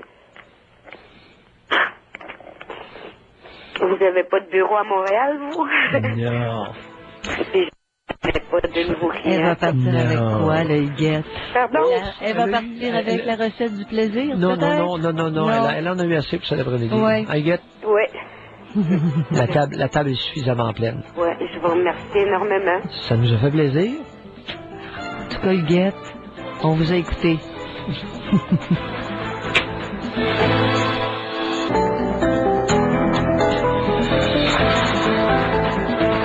Après plusieurs séparations, après plusieurs divorces, parce qu'on voit les chiffres, là, Statistique Canada en fournissait la semaine dernière, on divorce, on se divorce une deuxième fois, on divorce une troisième fois.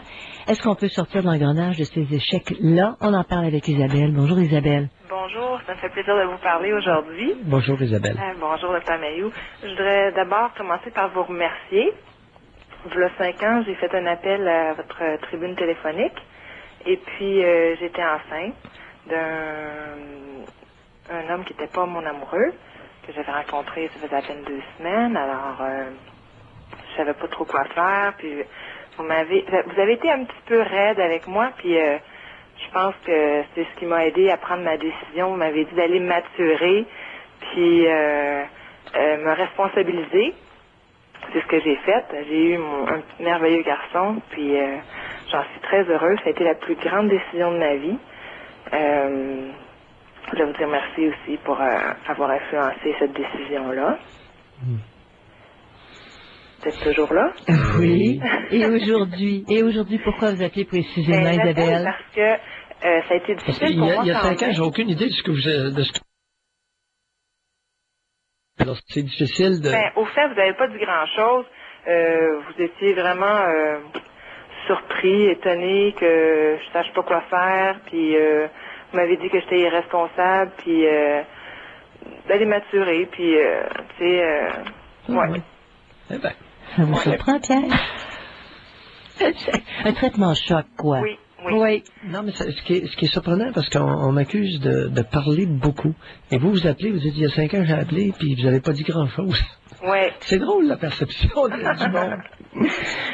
Puis, ben là, c'est ça. C'est sûr que je me suis occupée beaucoup de mon enfant les 2 premières années. Ensuite, ben, en tout cas, là, le premier amoureux que j'ai vraiment, ça va faire 1 an qu'on est ensemble.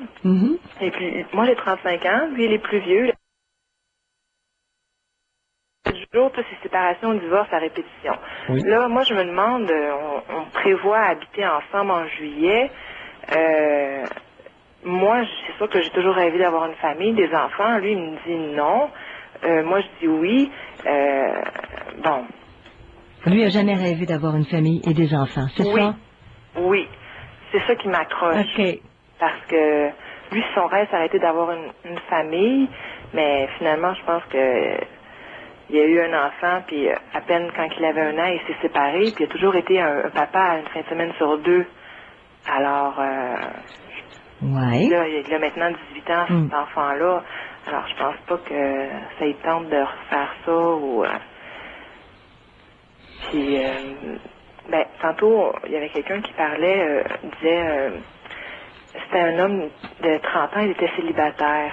Faut se questionner là-dessus. Oui. Bon, dois-je... Moi, ce qui m'a fait allumer, c'est dois-je me questionner sur lui? Il était célibataire, ça faisait 2 ans quand je l'ai rencontré. Est-ce que j'ai quelque chose à comprendre que je comprends pas? Est-ce que c'est parce que je manque de confiance que j'accepte ça? Parce que c'est un homme que j'aime vraiment beaucoup, je suis amoureuse. Tu sais, c'est vraiment difficile d'être objective dans tout ça, de dire, bon, ben, je le laisse. C'est ça. Il va arriver quoi si vous changez? Chacun chez vous. Est-ce que la formule actuelle fonctionne bien? La formule actuelle, vous voulez dire à chacun chez nous? La façon de vous fréquenter, votre relation actuelle. Oui. Est-ce qu'elle vous convient? Oui. Pourquoi la changer? Oui. Ben, c'est parce que... La question est drôlement pertinente. Le mode relationnel actuel, la formule actuelle vous convient-elle? Ben oui. Alors pourquoi la changer? Depuis quand qu'on change une formule qui va bien? Oui. Même si c'est quelque chose que je tiens beaucoup et que je trouve important. La formule actuelle vous convient-elle vraiment? Bye.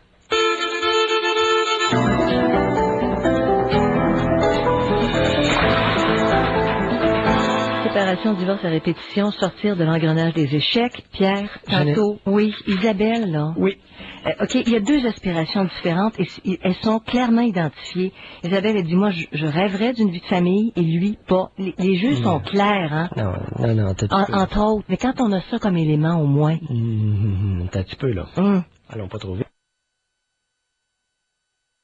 Vous convient-elle? La réponse est oui. Oui.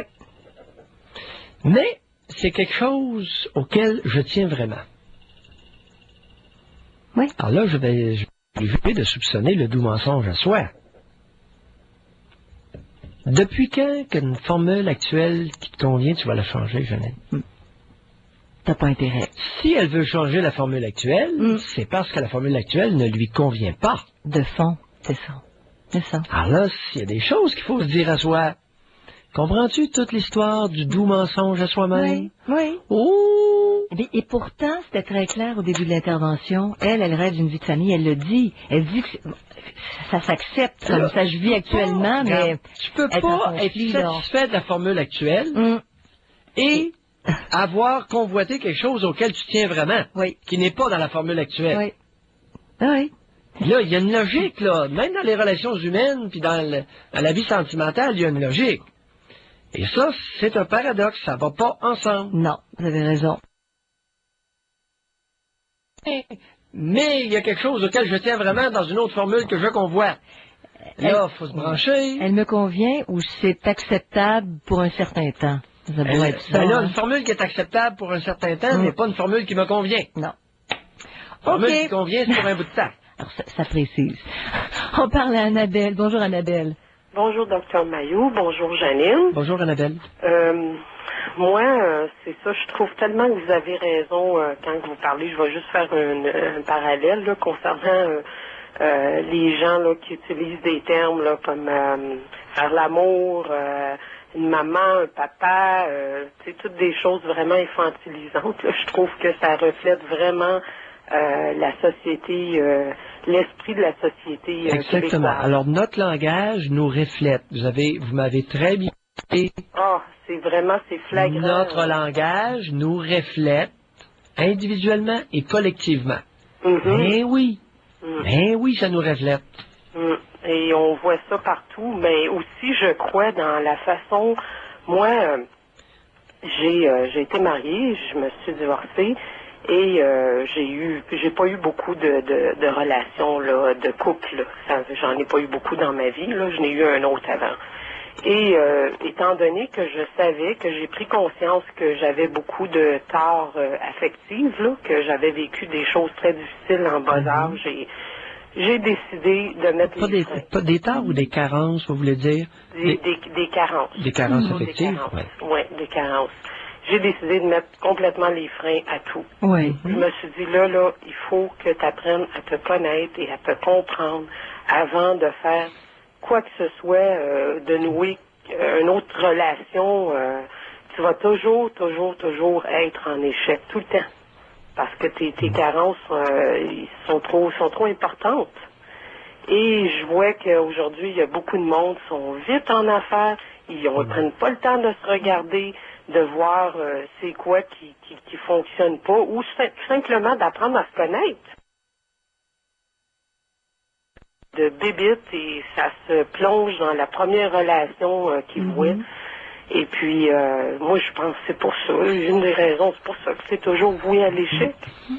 Moi, je vois ça comme ça, là. Et aujourd'hui, en tant qu'observatrice, là, parce que je regarde beaucoup autour de moi, là, étant donné, c'est sûr que j'ai beaucoup plus de temps pour ça, je vois ça, là. Donc, vous prenez le temps. Vous n'avez pas plus de temps que n'importe qui. C'est pas... Non. Vous prenez le temps d'observer votre entourage. Mais il n'y a personne qui est trop occupé pour observer son entourage. Il n'y en a pas un. Même un chirurgien qui opère, ils ont des temps entre les opérations assez longs qui ont en masse le temps d'observer ce qui se passe autour d'eux. Je peux vous l'assurer. Mais on entend souvent ça. Ce qu'Annabelle vous soulevez, là, le fait de vivre avec quelqu'un, Pierre, ça peut être un écran. T'es tellement pris dans quelque chose. Ça se peut-tu? Parce qu'on l'entend souvent. Non, c'est une excuse. C'est pas un écran, c'est une excuse. Tu regardes plus parce que tu es avec T'as pas envie de regarder parce que t'as pas envie de voir. Et Annabelle nous dit, je regarde parce que j'ai envie de voir. C'est bien. Voyons, on passe tellement de temps, 1h30 dans l'automobile le matin, pour vous rendre au travail. Pensez-vous que vous regardez la route? Ça avance à 30-40 km à l'heure. À tout bout de champ, vous êtes arrêté dans des bouchons. Pierre, on écoute la radio.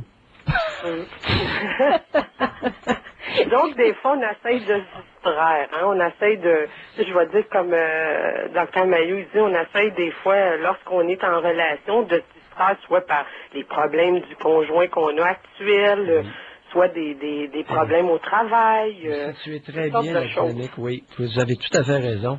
Se distraire de soi-même en se préoccupant de façon excessive des problèmes de l'autre. Ça, là, c'est tellement répandu au Québec que ça n'est gênant. Dans la vie de couple. C'est ça. Sous des l'or altruiste. Ça paraît bien, que toutes les affaires de l'autre, oui, mais c'est pour mieux ne pas voir les siennes. Donc, une forme de diversion. Annabelle, vous savez, j'ai entendu Normand Brathwaite. Janine, comment s'appelle l'émission? Il va y avoir du sport à Télé-Québec, là, avec Brazo. Oui, c'est ça. Il va y avoir du sport? La vie est un sport? Oui, il va y avoir du sport. Il va y avoir du sport? Normand Brathwaite a sorti une vulgarité d'une clarté absolument indescriptible vendredi soir. Il a dit, attends un peu, on fourre trop sans connaître. C'était une crudité.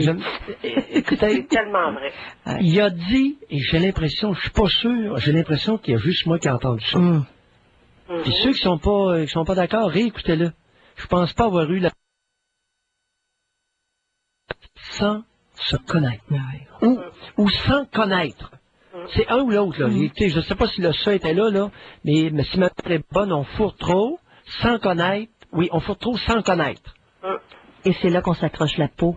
Ah, simple que oui. Là, je ne sais pas à quoi il référait. Je ne veux pas interpréter ses propos. Nous, on peut je interpréter dis simplement, oui, ce que j'ai entendu. Oui. On fourre trop sans connaître. Oui. Et j'ajouterais suite à votre... Et sans connaître l'autre. Il n'a pas dit qu'on fourrait trop au Québec. Non, on ne fourre pas trop au Québec. Mais on fourre trop sans connaître et sans se connaître. Ça, là-dessus, j'ai l'impression qu'il a mis le doigt sur quelque chose d'extrêmement... Je suis sûr qu'il y a grand monde qui a compris, par exemple. Ben, je pense que non. Si jamais il y a quelqu'un d'autre qui a entendu ça, là, envoyez-nous des courriels. Ouais. Parce que moi, j'ai pas eu à Berlu, mais c'est drôle, j'ai pas l'impression que ce propos-là, il était tellement brutal et confrontant, ce propos-là, que j'ai l'impression qu'il n'y a pas grand monde qui l'a vu passer. Et c'était pas pour faire de l'effet comique, c'est ça, là, vous avez écouté derrière ça? Non, très sérieux. Il répondait, il était en tête à tête avec Marie-Claude Brazeau, puis il a simplement dit ça. Elle n'a pas cliqué, là, elle a passé à autre chose. Non.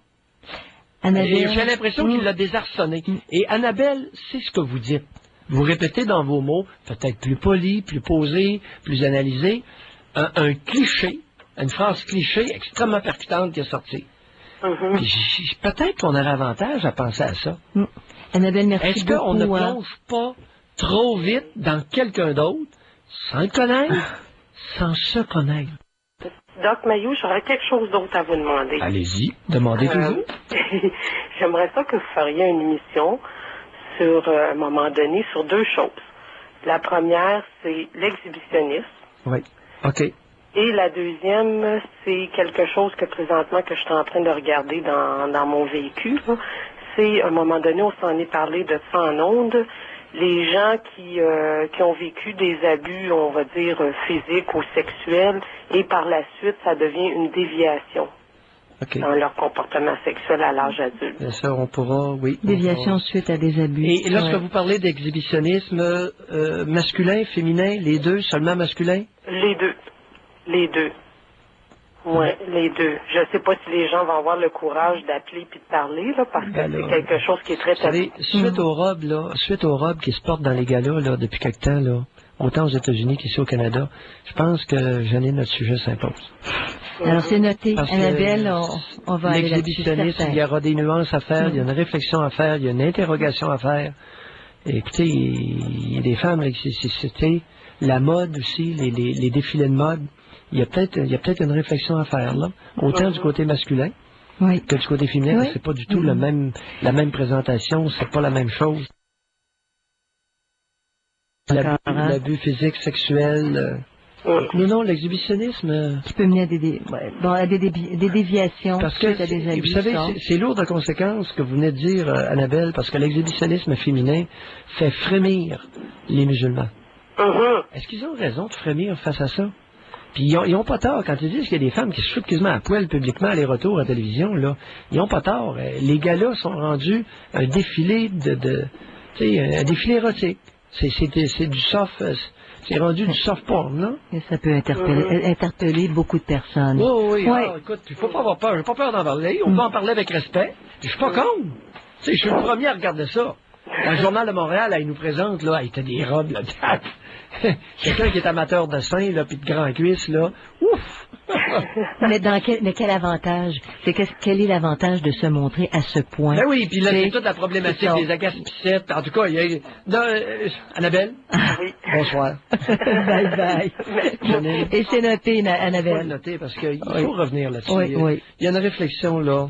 Oui. Qu'est-ce que tu quêtes avec ça, avec ton corps? Qu'est-ce que tu quêtes au lieu de quêter avec ce que tu es? Écoute, du côté masculin, t'as une gang de pingouins là, en tuxedo puis nœuds papillons. Jusqu'aux oreilles, les cols roulés jusqu'aux oreilles. Jusqu'aux oreilles. Puis de l'autre, monsieur, t'as les cuisses puis les seins, ça se balade de tous bords, de tous côtés. Puis c'est à qui en montrerait le plus?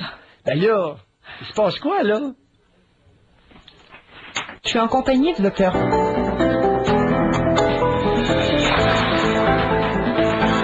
Comme Annabelle, comme Isabelle tantôt, Pierre, faire la réflexion avant de s'engager dans un lien d'amour. Hein. C'est ça l'idéal, mais le schéma, c'est que souvent on a l'impression que les gens, comme vous dites, c'est pour se disperser peut-être ou se détacher d'eux-mêmes, ils vont s'engager tout de suite, pour pas avoir à faire cette réflexion-là. Oui. Puis ils accumulent séparation, divorce, ça recommence. Oui. Ouais. Alors, on parle à Anne, c'est notre sujet aujourd'hui. Bonjour Anne. Oui, bonjour Janine. Oui, bonjour Anne. Moi, j'appelle pour mon amie. Pardon? J'appelle pour une amie. Oui. Elle est mariée depuis 10 ans. Elle a 2 enfants, 3 ans et 4 ans. Et son mari a eu un accident il y a 5 ou 6 ans environ. Et il a un bras amputé. Oui. Et dans un moment, elle m'a demandé d'appeler pour elle parce qu'elle ne veut pas parler au téléphone. Pourquoi? Parce que... J'appelle pour elle Oui. parce qu'elle ne veut pas parler au téléphone. Pourquoi qu'elle ne veut pas parler au téléphone?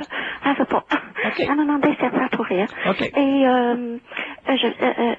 dans un moment d'intimité, vous comprenez ce que je veux dire? Non. Lui, je veux dire, en faisant l'amour, lui est tombé sur elle. Et une côte de café. Elle est allée à l'hôpital. Mais depuis ce temps-là, elle a peur de lui. Elle le voit comme un monstre. C'est un homme qui est très très grand et maigre. C'est un bon père de famille, mais elle est restée avec la peur de... Sa peur en cache une autre. D'abord, est-ce que c'est vraiment vrai que la côte a été fracturée à cause de ça? Oui, elle est hospitalisée. C'est la première fois de ma vie. Oui, c'est la première fois. Oui. Mais regardez, Anne, on n'hospitalise pas quelqu'un pour... En même temps, un traumatisme parce qu'elle a eu peur.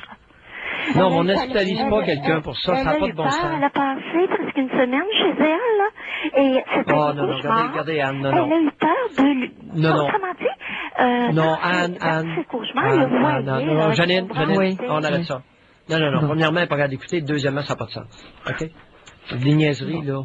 C'est bien beau appeler pour les autres, mais il faut avoir un once de jugement aussi. Bon, alors on parle à Louise. Bonjour Louise. Bonjour à vous deux. Bonjour Louise.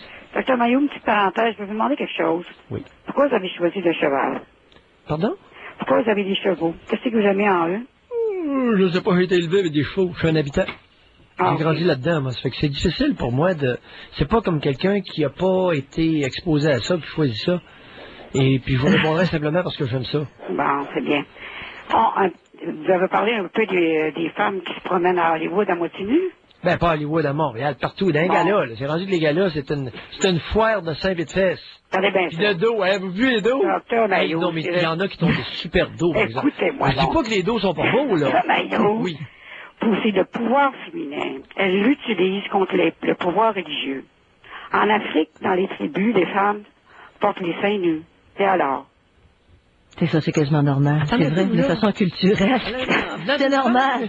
Hein? Je pense que je vais écouter Louise. Oui, ben oui. Louise, venant de moi, ça aurait été un propos misogyne, mais venant de vous, ça va peut-être être beaucoup. Ça vient faire avec les seins à l'air, la moitié des seins à l'air, ça, là.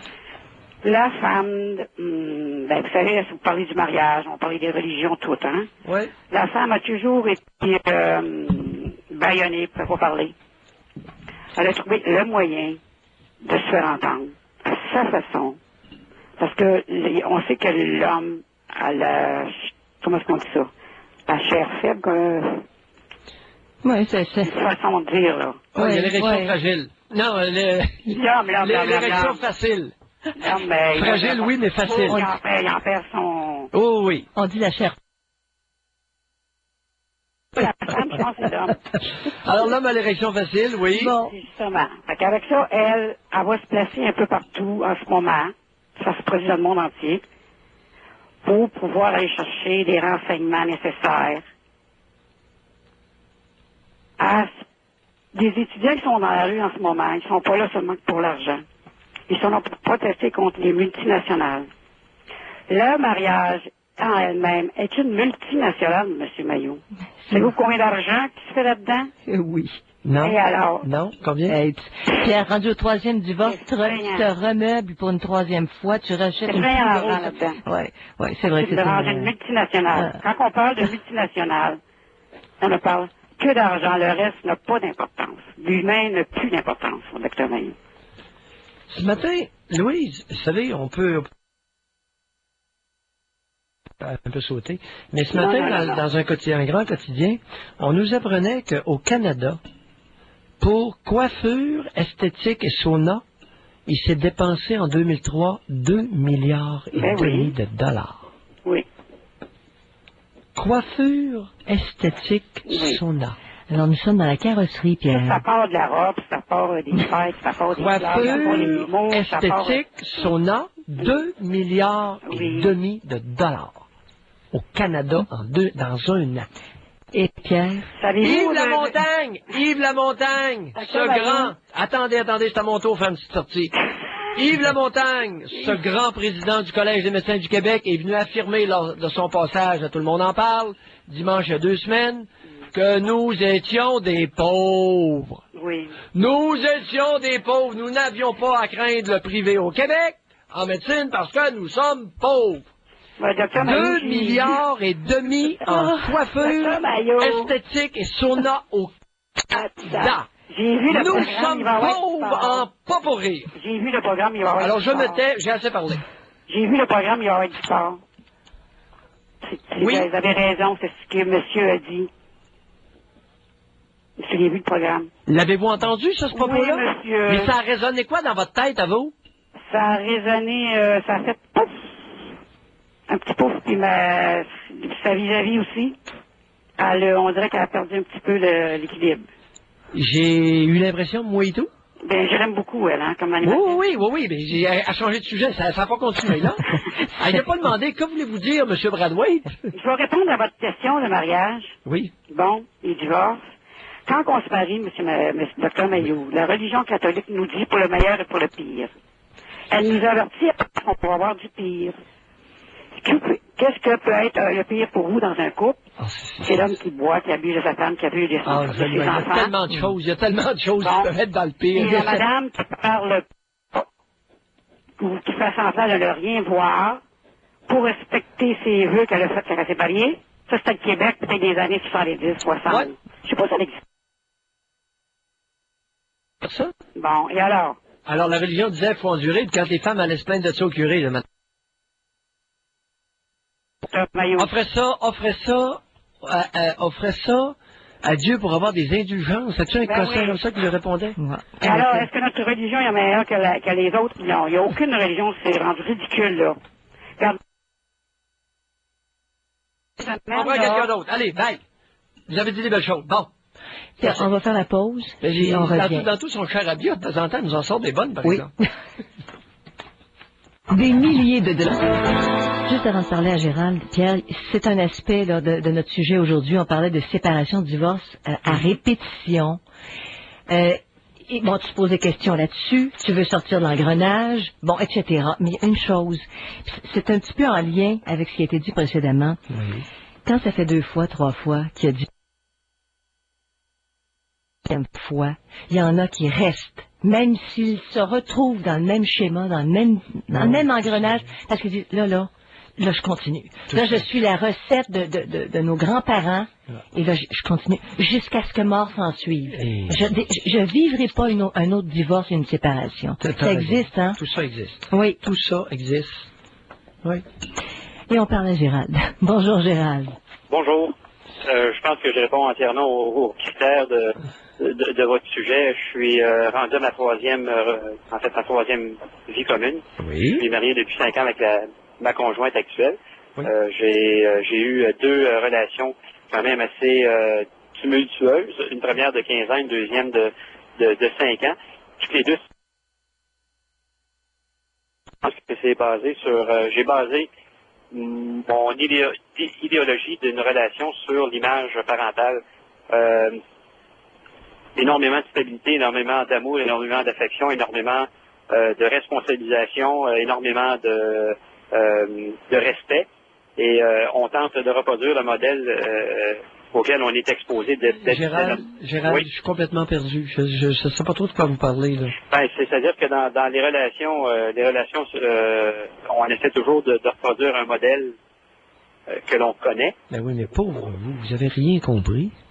C'est terrible ce que vous venez de dire. Voyons, dans une relation, on essaie de reproduire un modèle. Ben, écoutez, basé C'est quoi, sur c'est du l'éducation. copier-coller, ça, votre affaire? Ben, on est loin du sentiment amoureux, puis on est loin des besoins personnels, là. Effectivement, c'est ce qui a causé deux échecs. Mais oui, mais vous avez été élevé dans quelle tribu, vous, là? Vous avez... Non, regardez, on a été très bien élevés. La seule chose, c'est que la conception que j'avais d'une relation conjugale, je la croyais idéale en essayant Non, mais regardez, Gérald, vous ne pouvez pas être bien élevé, bien préparé à la vie, et être aussi croche que ce que vous laissez entendre. Ça va pas ensemble. C'est ce qui a fait qu'il a fallu à un moment donné que je me dise, ben, écoute, ça donne rien d'essayer de reproduire un modèle qui a fonctionné pour deux autres personnes, qui ne fonctionnera pas nécessairement pour moi. Oui, mais qu'est-ce que ça donne d'élever des enfants puis de les bourrer d'illusions? Ah, c'était pas, non, comprenez-moi, c'était pas de l'illusion, là, au contraire, c'est... On avait... Non, en tout cas, vous êtes comme l'autre tantôt. Vous développez, vous grandissez, puis vous dites, c'est moi qui... mon éducation, c'était ma responsabilité. Alors, je veux bien responsabiliser le monde, mais pas de leur éducation, là. Essayez de... C'est ce qui a fait, après deux relations qui se sont soldées. Gérald, j'ai un petit problème avec ça, moi. Oui. Les enfants bien élevés qui sont pas préparés. Ça a donné quoi de bien les élever s'ils sont pas préparés à faire face à la vraie vie? Comprenez-vous ma préoccupation, là? Oui. Souvent, c'est qu'on choisit un conjoint sans nécessairement... Mais non, vous êtes pas fort sur l'écoute, vous, là. Oh boy. Je pense qu'on a oublié de vous écouter quand vous étiez jeune, là. Non, on m'a bien écouté. Regardez, tout simplement, ce que je veux dire, c'est que... Non, attendez un peu, là. J'ai fait un choix. Reculez. Alors, mettez ça sur pause, là. Oui. Puis backward. OK? On recule un peu. On recule un petit peu, là. Oui. Vous prétendez, vous dites, j'ai été bien élevé, mais j'avais une mauvaise conception de l'intimité. Je pensais avoir une bonne conception de l'intimité. Mais elle était mauvaise. Et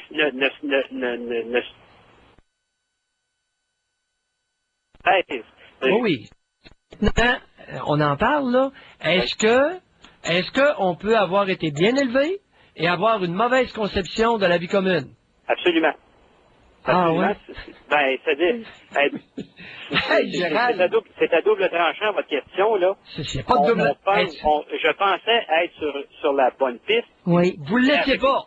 Est-ce qu'on peut bien élever des enfants et qu'ils se retrouvent sur la mauvaise piste? Oui. Oui, quand c'est des mauvais enfants. Parce que mauvais élève ou quelque chose comme ça, c'est ça. Ben, écoutez, alors, vous avez eu des bons parents, mais vous étiez un mauvais enfant. J'ai fait un mauvais choix. J'ai fait un mauvais choix dans le... Parce que vous étiez un mauvais enfant, vous avez mal appris, on vous a bien élevé, mais vous n'avez pas appris comme du monde. Sûrement. Sûrement? Ben, en fait, oui. Parce ça que... fait pitié, mon Gérald. Quel âge avez-vous?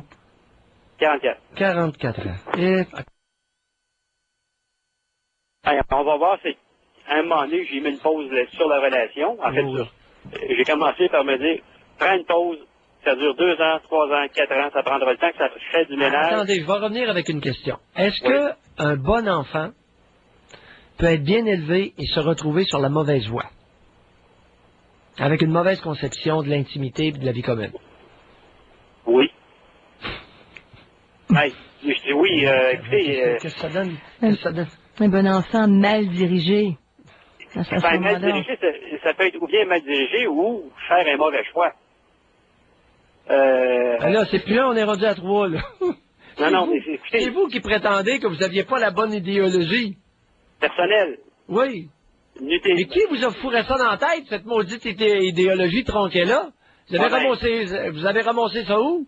Ben, j'imagine que je me suis façonné cette image-là moi-même, là. Parce que... Écoutez, Janine, moi, j'en reviens pas. Je me suis façonné cette image-là moi-même. Mais il peut le croire, Pierre, il peut être honnête. Je me suis... il peut croire qu'il est honnête, c'est ça qui est catastrophique. Je me suis façonné... Écoutez, j'imagine que je suis pas tout seul dans le même bateau à ce moment-là, là. Est-ce que j'ai dit que j'étais seul? Je me suis fait une image idéalisée de ce que... Je me suis façonné une idéologie moi-même. Laissez-moi peser mes mots, ça. Laissez-moi peser mes mots. Non, c'est que vous encaissez la responsabilité de votre éducation. Parce que, ben écoutez, le résultat, c'est 2 échecs.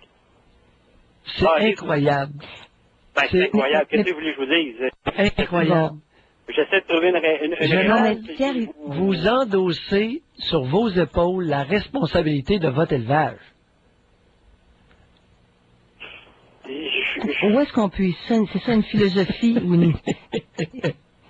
C'est avoir vos parents... Non, on est rendu loin. Hey, je n'en reviens pas. Mais qu'est-ce que Gérald, vous avez dit au début? Il a parlé là, de ça. Il en a parlé de cette... Bon. Hey, ça, faut le faire. Ben, écoutez, Chris, on vient d'affaire Doc Mayou, là. Vous venez me dire s'il n'y a pas quelqu'un qui ne se fait pas une idée de la relation qu'il va avoir avec une autre personne dans sa vie, au moins une fois dans sa vie. Qui s'est façonné une idéologie par voyons donc, je vais dormir au gaz. Je suis le seul qui pense ça. Non, c'est plein de monde comme vous. C'est plein de monde comme vous qui... Bon, mais regardez, moi, qui se rendent responsables de leur élevage. Hey, là, il faut le faire, là. Non, je ne veux pas parler de la responsabilité de l'élevage, mais... En tout cas, continuez, là. Continuez, on est en train de vous mettre le chaud derrière, j'aime ça. Pour une fois dans la vie, peut-être que vous êtes en train de m'aider à comprendre des choses, mais... C'est-à-dire que l'idée qu'on se fait d'une relation intime... L'idée qu'on se fait pour avoir une relation... comment je peux dire? Une relation... oui, mais pauvre Gérald, on se fait pas une idée avant de plonger dans l'eau. Tu sais, je me fais une idée de bloquer la natation, j'ai pas plongé dans l'eau. J'essaie de vous dire depuis tantôt, ça s'est soldé par 2 échecs parce que je me suis fait à l'idée que peut-être que ça pourrait fonctionner de cette façon-là, si. Et ça n'a pas marché. 2 échecs. En tout cas, c'est du dirigisme affectif, mais continuez. J'aime bien votre féminisation. Continuez. Ben là, écoutez, ça n'a rien à voir avec la féminisation là-dedans. Voyons donc. C'est normal en 2005. Il m'arrive d'échapper des obscénités, Gérald. Pardonnez-moi. Continuez. Comment? Il m'arrive de proférer des obscénités. Non, écoutez, arrêtez-moi avec votre féminisation, là. Continuez. Ça peut arriver dans une relation qu'une relation ne marche pas parce que, pour X raisons. J'ai l'impression d'entendre une femme placoter. En tout cas, continuez. Mais un homme peut s'interroger, Pierre. Parfait. Tant qu'à tomber dans le ridicule, là, puis se faire abouer, écoutez, j'essaie de faire part d'une expérience personnelle en pensant que, parce que j'ai pris une pause en disant, ben écoutez, je suis peut-être pas dans la bonne piste, fais de l'ordre dans tes idées, puis après ça, tu seras t'engager dans une relation avec une autre personne. Basé sur le vécu, basé sur le résultat des expériences vécues. En regardant ce qui a été bon, en laissant de côté autant que possible ce qui a été mauvais. Comment peut-on vivre l'intimité, une intimité masculinisée? Ben, je pense que vous parlez pas au bon gars en termes de masculinisation. Là, écoutez, je vis dans une relation où présentement, depuis des ans, où c'est excessivement nourrissant sur le plan affectif, sur le plan émotionnel. Okay. Il y a eu un progrès?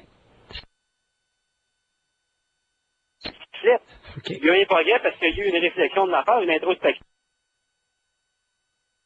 Il n'y a pas juste, c'est pas juste la faute de la conjointe. Il y a une responsabilité des deux là-dedans. Tout à fait. À des degrés différents, mais oui, vous avez raison. Moi, ce qui me concerne, c'est ma part de responsabilité de l'échec. Pourquoi? Oui. C'est ce que j'essaie de vous exprimer depuis tantôt. Mais là, vous me parlez de féminisation. Rien à voir avec la féminisation là-dedans. Voyons donc. Donc, la troisième relation... Elle est excessivement nourrissante. Bon. Elle est excessivement grandissante sur le plan personnel, sur le plan affectif. J'imagine que l'expérience passée m'a dicté des choses, m'a enseigné des choses que j'ai bien appris cette fois-ci. Et le cœur du problème tourne, dans votre cas, tournait autour de quoi? Pourquoi ça flanchit dans les deux autres? Non. Le cœur de votre problème tournait autour de quoi? Je dirais peut-être... vous avez mentionné de dirigisme affectif. C'est peut-être ça la raison des 2 échecs. Oh, maudit Noro, il m'engueule, je prends mes mots. Écoutez... Mon espèce de Gérald. Vous êtes sympathique. Vous êtes le professionnel de la santé. Vous connaissez votre jargon mieux que moi. Non, essayez pas plus. Laissez Gérald que ses réponses. Non, mais vous êtes habile, Gérald. Qu'est-ce que vous faites dans la vie? Vous êtes bon. Vous en sortez en réutilisant mes propos. C'est pas pire. Vous êtes pas pire. Ben, tu sais, ça... Le résultat est important. Je m'excuse de vous interrompre. Oui, je m'excuse d'interrompre. Je ne veux pas vous taxer de ne pas vous écouter. Non, allez-y. Non. Le postulat de dire que, bon, la maudite féminisation du regardez, là, j'en endosse pas ça, mais pas pantoute. Mm-hmm. J'ai pris conscience de mon rôle de conjoint, de père, et d'être humain responsable. Mais comment avez-vous réussi? C'est ça. En regardant dans le miroir et en me disant pourquoi ça n'a pas marché. Et qu'avez-vous découvert? Que j'avais la fâcheuse habitude de vouloir reproduire un modèle de relation qui ne convenait pas à la conjointe. Chercher une recette. Comme une recette. Pourquoi aviez-vous la fâcheuse habitude de reproduire un modèle qui ne convenait pas à la conjointe? Parce que ce que j'ai connu comme image de relation de couple, et je fais référence à mes parents, c'était une relation nourrissante, c'était une relation intelligente, c'était une relation qui était agréable sur le plan familial. Mais à nouveau, mon cher Gérald, comment ça se fait qu'une belle relation comme ça ne pouvait pas être reproduite? Vous avez rencontré uniquement des mauvaises femmes? Ben peut-être, écoutez, je ne veux pas jeter le blâme sur les ex-conjoints, mais disons que les ex-conjoints n'ont pas aidé. Quelque chose d'incongruent dans cette histoire-là, mais c'est le fun. Merci d'avoir d'avoir persévéré jusqu'au bout de l'appel. Parce que Pierre, c'est pas évident votre affaire. Vous l'avez cuisiné, là. Oui, vous avez été fin, Gérald.